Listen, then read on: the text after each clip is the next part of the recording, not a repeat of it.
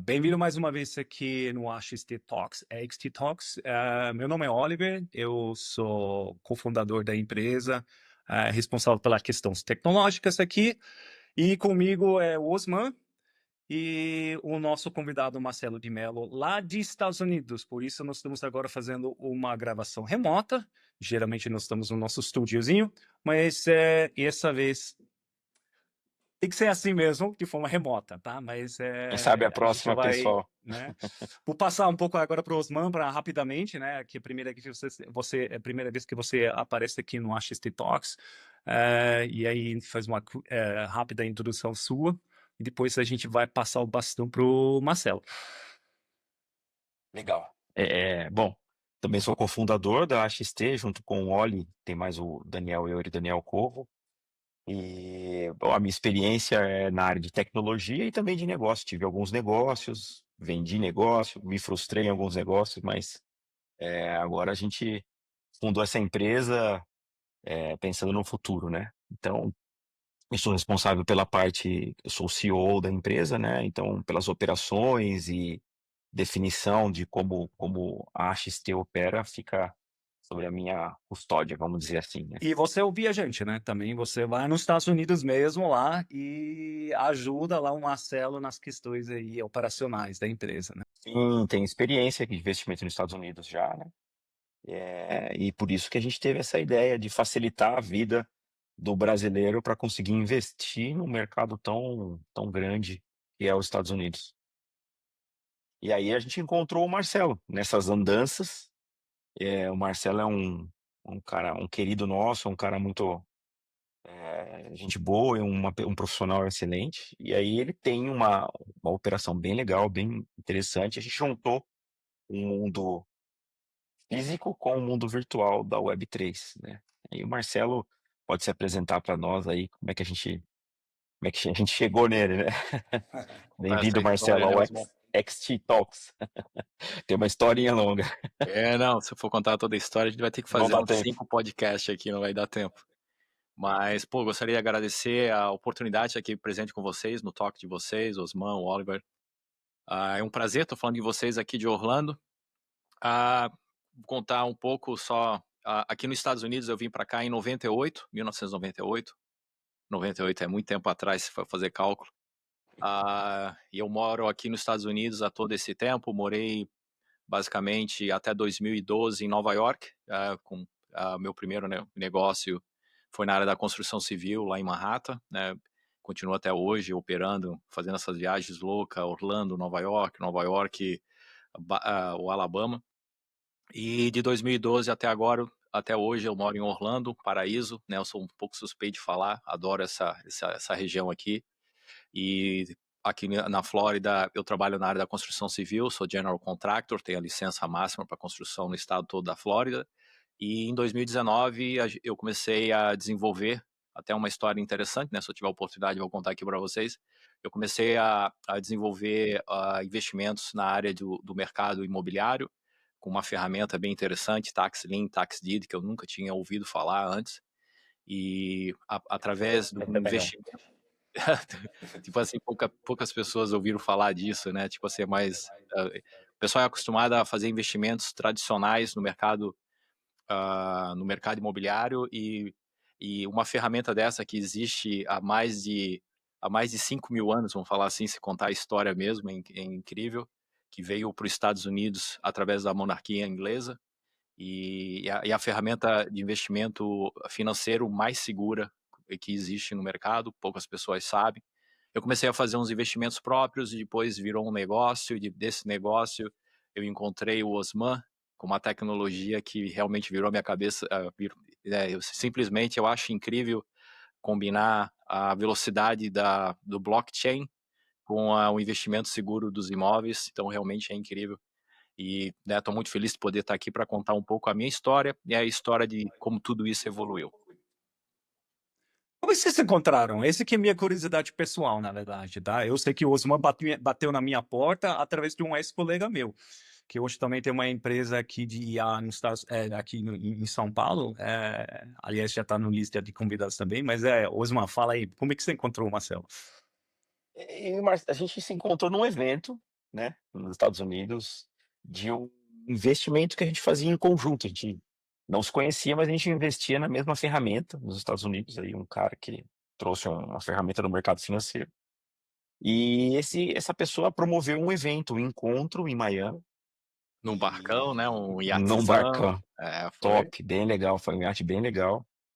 Ele locou só para as pessoas que puderam viajar até lá, né, e participaram do evento. E aí ele me apresentou para o Marcelo. "Pô, esse é um cara que trabalha com real estate".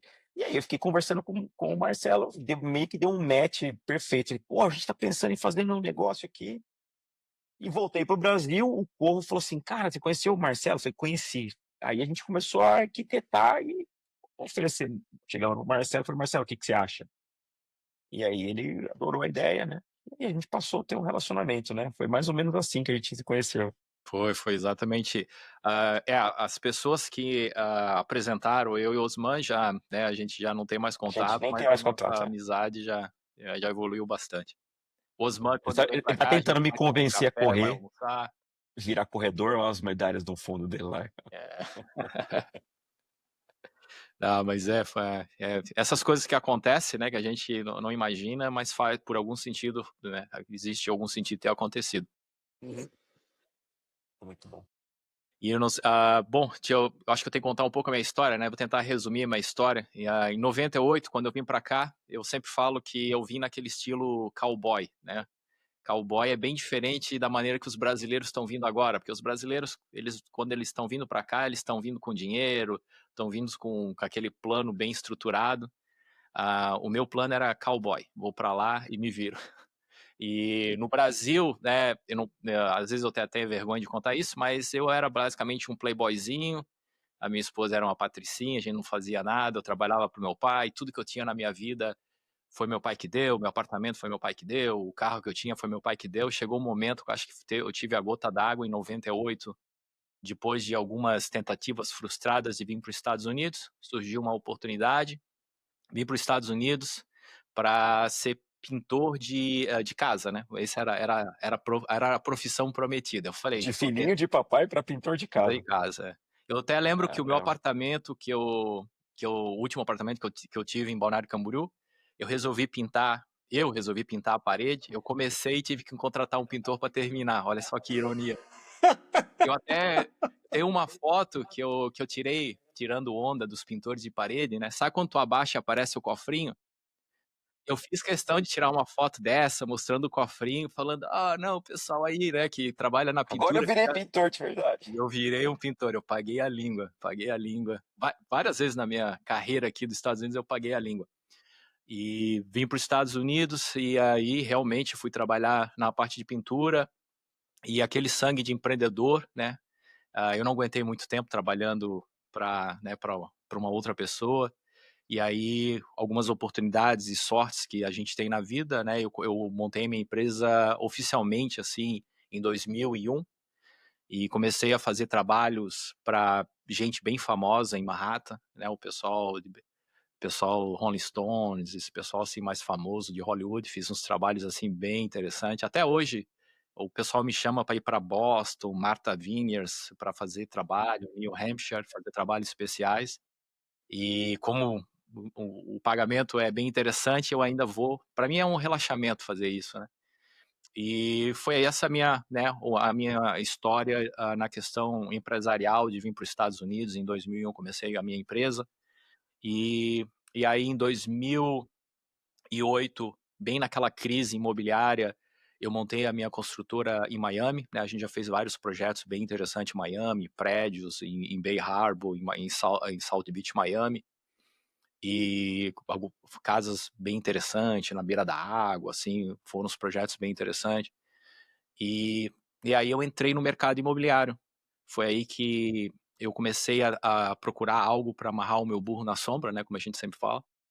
E eu comecei a fazer algumas pesquisas em Orlando, porque eu decidi morar em Orlando, não quis morar em Miami, eu queria morar em Orlando, que era mais um ambiente de família. E eu comecei a fazer algumas pesquisas de comprar um terreno de $4.000 e fazer uma casa padrão, né, um padrão mais barato. E se tudo der certo, eu ia fazer uns 20, 25% de retorno. E o que aconteceu foi, depois que eu decidi fazer isso, eu falei, esse é meu plano, é aqui que eu vou me aposentar. Aquele terreno que era 4 mil, passou para 40 mil, né? Os brasileiros aqui começaram a fazer de uma maneira assim, realmente, eu acho que era isso que os brasileiros estavam fazendo quando eles vinham para cá com dinheiro. E aí eu me frustrei um pouco, e aí agora eu já vou entrar um pouco na história do Alabama, que eu também que eu acho muito interessante. Ah, legal. Eu fui participar de um evento em Birmingham, no Alabama, né? Para vocês falam Birmingham, né? Sei lá, mas eu vou falar o Birmingham. Eu falo Tem gente que Birmingham. Eu falo Birmingham. Tem uns amigos meus que falam Big Man. Eu falei, cara, não, é bem diferente, é Birmingham. E aí eu fui participar de um evento lá. Eu postei uma foto no Facebook, no Instagram, né? Como a gente sempre faz, né? O Oliver odeia o Instagram, mas né, era no Instagram. Se não postou, Eu é porque só não odeio foi. porque você usar. Não sabe nem A validação de ter ido no evento tem que postar, senão... Tem que postar, pô, se não postou, não foi no evento. Pois é. E aí eu postei a foto e um amigo meu de Nova York, um americano, Jeremy, que vocês vão conhecer ele bem, ele fez um comentário na foto, ele falou assim, o que você tá fazendo na minha área? Eu falei, pô, Jeremy mora em Long Island, Nova York, sua área. E eu fui tirar sarro dele, eu falei, sua área? O que você tá envolvido aqui, né? Aí ele falou assim, tô fazendo alguns investimentos imobiliários. Aí duas coisas veio na cabeça, né? A primeira delas, eu lembrei que em 2012, depois que o Jeremy perdeu tudo naquele furacão lá, o Sammy que teve em Nova York, ele investiu para aprender a comprar propriedades no leilão americano aqui de tax deed, tax deed, tax lien. E eu tirei muito sarro dele, porque cobraram dele $40 mil. Eu falei, cara, tu é louco, te roubaram $40 mil. Eu falei, te enganaram $40 mil. E aí eu lembrei disso, eu falei, caramba, será que foi isso? Só que, né, como brasileiro, eu não quis perder a viagem no comentário. Aí eu falei assim, você está fazendo alguns investimentos imobiliários aqui, então você vai ser o Trump do Alabama.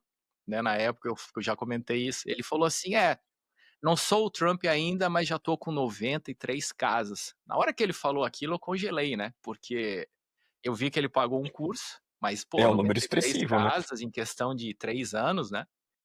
E aí eu né, para não ficar feio, eu falei, pô, parabéns aí pelo teu sucesso, pô, fico feliz, tal, depois a gente se fala. O que aconteceu? A minha primeira viagem para Nova York, eu liguei para ele e falei, Jeremy, vamos jantar? Aí eu fui jantar com ele, e né, para perguntar o que ele estava fazendo, porque eu sempre quis entrar no mercado imobiliário. Eu perdi a explosão de Balneário Camboriú. Quando eu saí de Balneário Camboriú em 98, o apartamento de frente para a praia era $50 mil, né? Olha quanto é que custa agora. Eu fui para Nova York, uma casa lá custava $173 mil. Não esqueça, o valor é esse mesmo. Hoje essa casa vale 1 milhão, 1 milhão e 100. Aí eu fui para Miami e já não consegui entrar no mercado. Aí em Orlando eu tive aquela frustração do terreno. Aí eu falei, cara, eu quero entrar nesse mercado imobiliário, eu realmente acredito que essa é a melhor maneira da gente se aposentar. E aí eu fui jantar com ele me explicou o que ele estava fazendo, ele falou, aquele curso que eu fiz realmente deu muito certo, hoje eu sou uma referência nesse tipo de trabalho. Não procuro investidor, não quero fazer negócio com ninguém, mas se você quiser aprender, eu te ensino e não te cobro nada, porque ele né, era um amigo de longa data também. E aí eu comecei a fazer alguns investimentos para mim. Disso eu comecei a falar com alguns amigos que também se interessaram e aí virou um negócio, né, que hoje a gente já comprou um portfólio bem gigantesco de casas lá, a gente está expandindo já para outros estados, realmente é algo incrível. E conectando isso, conheci o Osman e o que ele trouxe para mim é a coisa mais inovadora que pode existir de combinar um investimento imobiliário, né, principalmente nos Estados Unidos, em dólar, né, poder dolarizar, expandir, diversificar, e até a velocidade do que vocês fazem aí, que é o blockchain. Legal, Marcelo. E história legal, né? Saiu de pintor a investidor. Não, Cara, uma história Pensa de nisso, né? sucesso, É né? o American Dream, é aquele lá que é aquela promessa.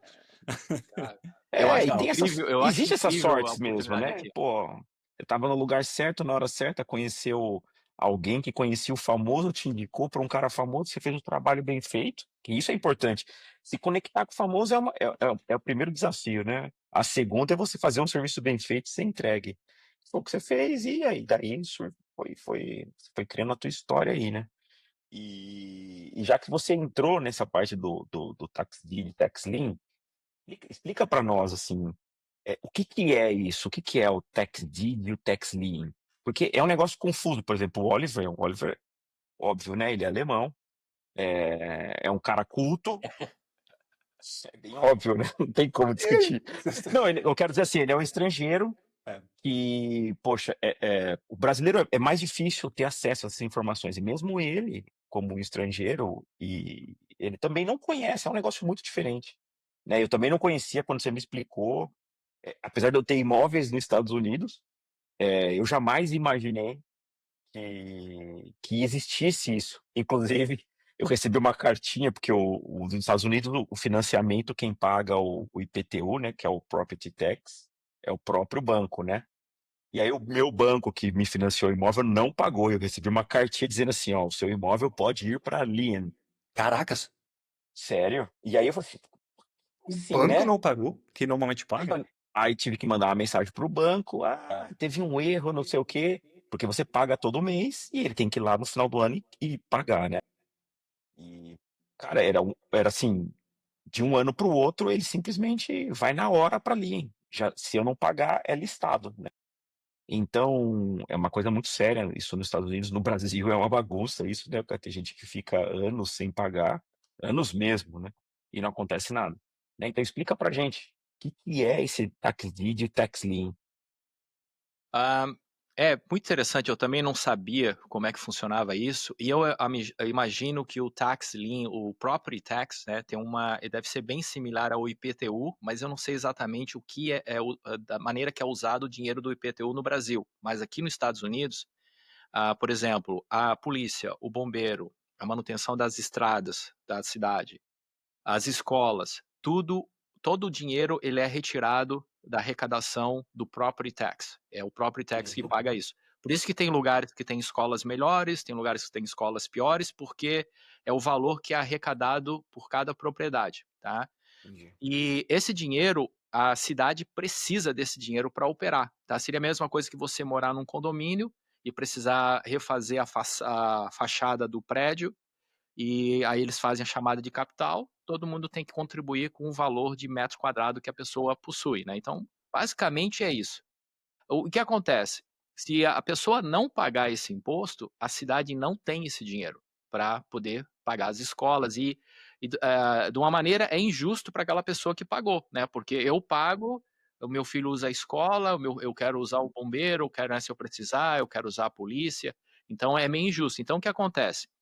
Como as cidades não têm dinheiro para operar, geralmente o Estado ele entra para ajudar. Ele dá o dinheiro que aquela pessoa que não pagou, ele dá o dinheiro para a cidade poder pagar as contas, só que ela compra uma dívida que se chama tax lien. Esse é o primeiro passo da dívida.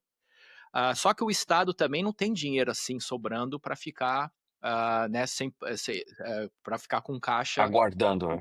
Exato. Então, o que faz? Dependendo do estado, né? Porque tem estados que é tax lien, tem estado que é tax deed, que eu já vou explicar o que é o tax deed. Mas ela pega essa dívida, coloca um juro interessante, né? Por exemplo, 12%, tem uns que são 16%, 18%, 20%, dependendo do estado, e oferece para investidores, tá? Tanto que em Nova York, os hedge funds, eles são obrigados a ter uma porcentagem de investimento de 1 a 2% nesse tipo de título financeiro, né, de dívida financeira, Uhum. porque é um investimento garantido, né? Você, por exemplo, vamos dar um exemplo, $1.500 era o IPTU, o Property Tax.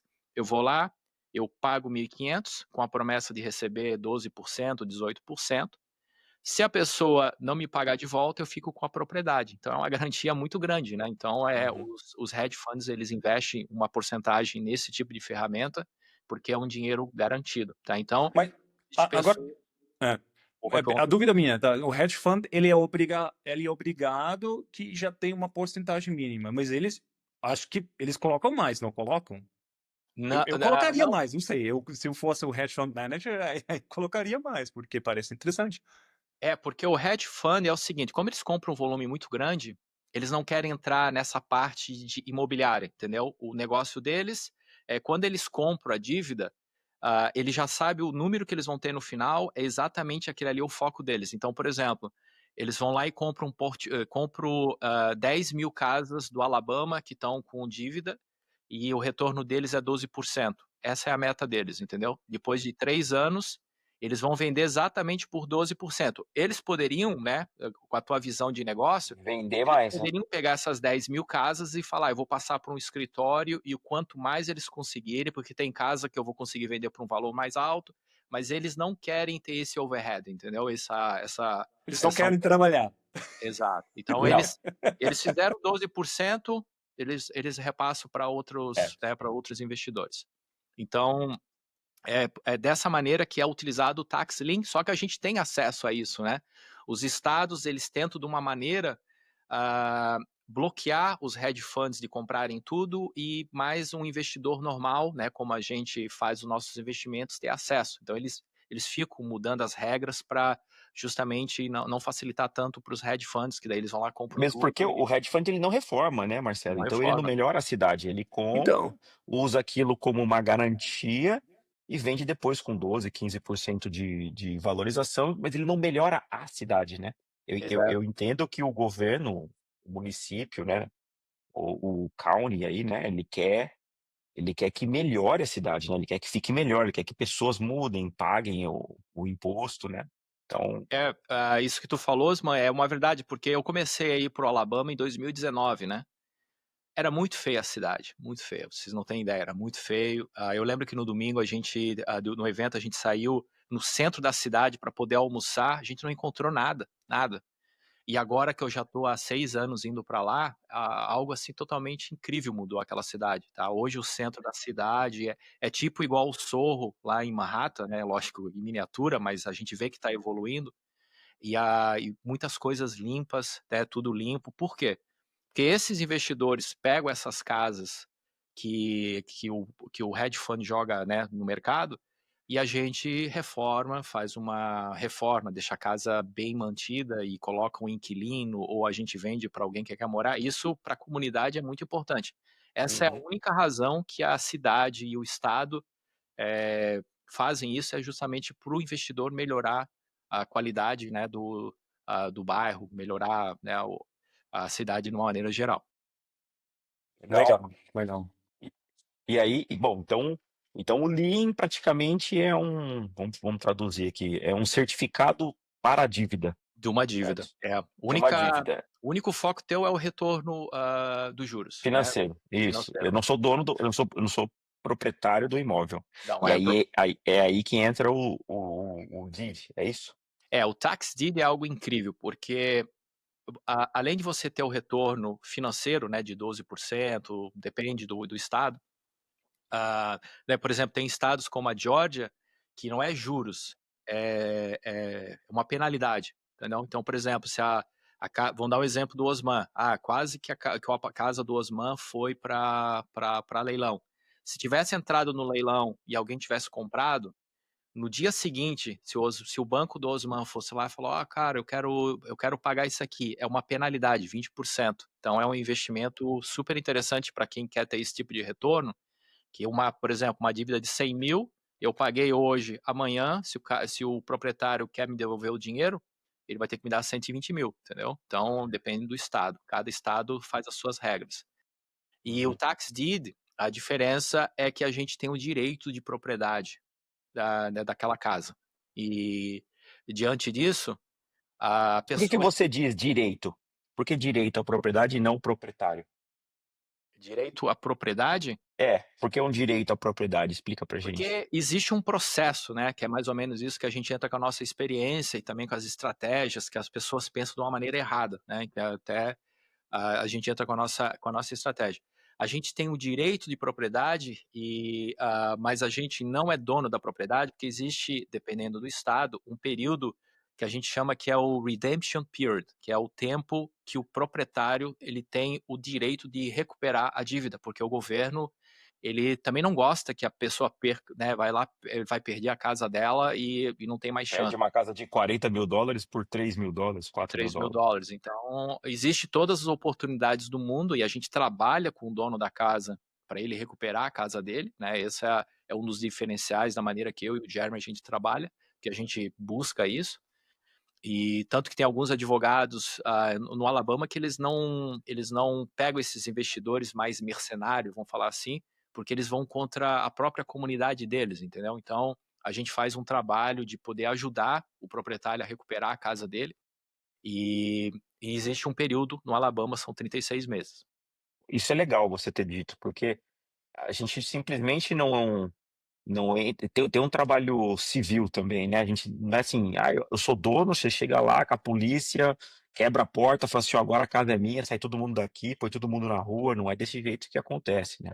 Não, inclusive, pô, eu tenho muitas histórias, né? Se eu tiver eu vou contar uma aqui que é interessante. A gente pegou uma casa que a gente começou a negociação, a dívida era um pouco alta, era mais ou menos 12, $13.000. E quando a gente começou a negociar, o dono da casa tinha 98 anos, né? E aí, pô, na hora que a gente viu aquilo, a gente falou, cara, eu não tenho nem coragem de ir numa corte para brigar com um cara de 98 anos, né? Ele deve ter esquecido, não pagou. E aí ele não tinha dinheiro para pagar, porque a dívida para ele era alta, e ele fez uma proposta de fazer pagamentos em parcelas, né? A gente fez um parcelamento lá de 36 meses. E até, né, não sei se eu posso compartilhar isso, mas talvez seja um pouco feio da nossa parte. Eu e o Jeremy, a gente pensou assim, pô, 3 anos esse cara já morreu. Aí se ele morrer, a casa é nossa, entendeu? Sim. E aí a gente resolveu fazer isso, mas porque a gente analisou as condições, né? Falou, não, a gente não vai botar. Se a gente fosse para a corte, a gente iria ganhar, entendeu? Mas não era o Não, não nosso. é feio, você falou assim, você pensou, falou assim: "Ó, 98 anos, ele que pô, eu não vou expulsar ele da casa dele, então eu vou dar uma chance, deixa ele pagar. O pior que pode acontecer é ele me pagar 2 anos e morrer, eu recebi um pouco do dinheiro de volta e a propriedade é nossa, né, e eu não precisei expulsar ele da casa dele". Tá Exato, não, certo, isso não tem problema pô, e a não. história é interessante, porque ele sobreviveu os 3 anos, e ele pagou. Pagou, E aí, no próximo leilão, a gente olhou o endereço. Qual o endereço? A tava o nossa dele casa. de novo É lá. a nossa casa. E como a gente tinha o direito de pagar o IPTU, né, no caso, o Property Tax, a gente pagou de novo e entrou em contato com ele, e aí ele fez o pagamento de volta para nós, entendeu? E ele ainda estava vivo. O do Você danadinho ficou estava. ganhando, virou um negócio, ele não tirou ele da casa dele, ajudou ele a ficar lá e ele pagava pra você uns jurinhos aí, Olhando o isso retorno, foi excelente, entendeu? Foi excelente mesmo. É lógico que a gente sempre busca ficar com a casa, mas o retorno do investimento foi excelente. Mas esse é o nosso foco, entendeu? A gente sempre trabalha com as pessoas, né?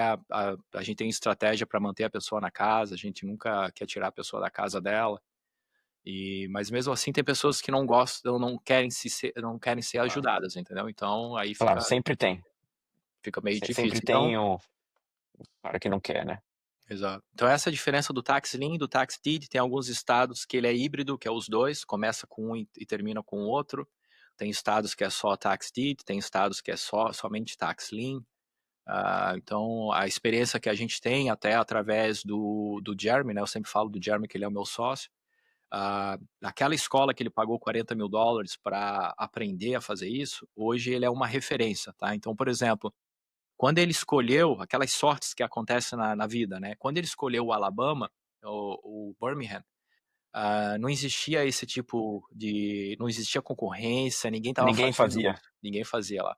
E aí ele começou a fazer o trabalho e a gente começou a movimentar o mercado. Hoje, lá no Alabama, é muito concorrido, tá? Todo mundo tá focado no Alabama.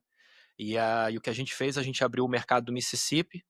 E a nossa estratégia é sempre assim: a gente abre o mercado, a gente fica uns 2 anos se posicionando nesse mercado, e depois que a gente já está posicionado, ele começa a ensinar nessa escola, porque essa escola que ele ensina, que ele é o principal coach, as pessoas pagam $10.000 para fazer uma aula com ele, entendeu? E é a escola mais antiga de tax lien, tax deed nos Estados Unidos. E uma vez que ele começa a ensinar, aí o pessoal começa a ir para esse mercado. Então, mas a gente já está posicionado, entendeu? E a gente já tem outros mercados que a gente já está trabalhando, porque geralmente a gente quando vai para um mercado, a gente compra uma casa, faz o teste, aprende, porque tem coisas que a gente só aprende fazendo, e depois que a gente faz a validação que realmente o retorno é aquilo e o processo é aquele, aí a gente começa a trazer os investidores, e depois de 2 anos a gente abre para todo o mercado americano. Uhum. Mas me parece que Tá. essa forma, né, mesmo que a gente explicando aqui com o TaxLean, TaxD, dessa forma funciona, mas me parece que tem uma certa complexidade por trás, né? Uma coisa que não é à toa que você vai lá, tipo, você, né, 98, tipo, cowboy, e já entra no mercado e fazer as coisas, certo? Então é um pouco mais complexo o negócio. Me parece que também difere entre, talvez, entre counties e counties, ou não sei, de estado para estado, não sei. Mas não é tão simples só chegar lá e falar, beleza, vou comprar agora, certo? Exato.